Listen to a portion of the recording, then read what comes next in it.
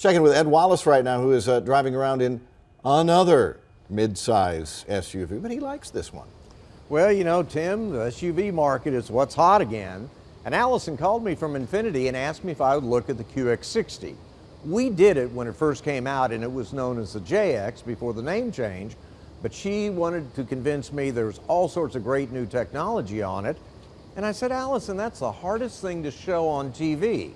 True, it does have all sorts of warnings on it. It's got cameras that go in every which direction so you can see to your side when you're backing up, in addition to the back.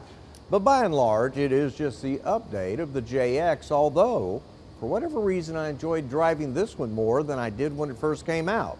It's going to come with a 3.5-liter V6 engine with 365 horsepower.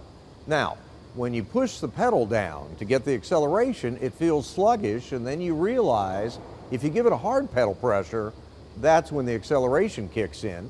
And that was a little surprising that that wasn't more responsive.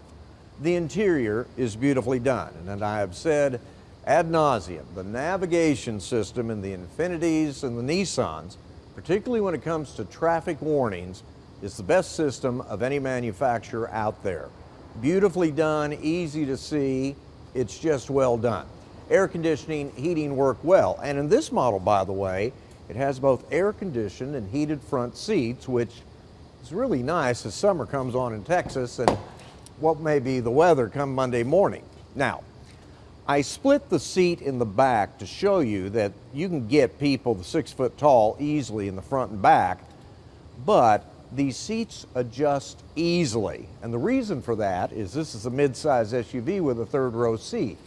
I'm never particularly crazy about those because I think third row seats are best used in full-size SUVs. But then again, we used to have station wagons where the third row seat was at the very back and facing backwards.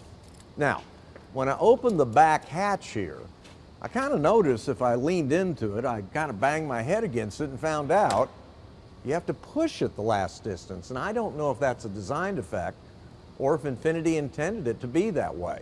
But again, I put the third row seat down here so you can see how flat it is if you put the seats down, but I also showed you how much leg room you can have in the third row if you just adjust the center row seats a bit more.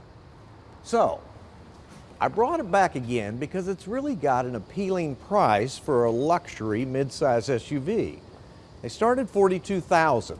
This one here with everything on it is $54,000.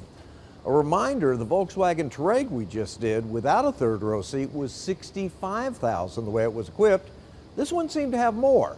Now, if price is no object, if I were going on a long trip, I'd much rather be in the Volkswagen Touareg. It was magnificent. But for $54,000 and everything you get on this Infiniti, believe it or not, this is actually what we consider a value today. With that, y'all have a good weekend. You too, Ed. You can listen to Ed on 570 KLIF tomorrow.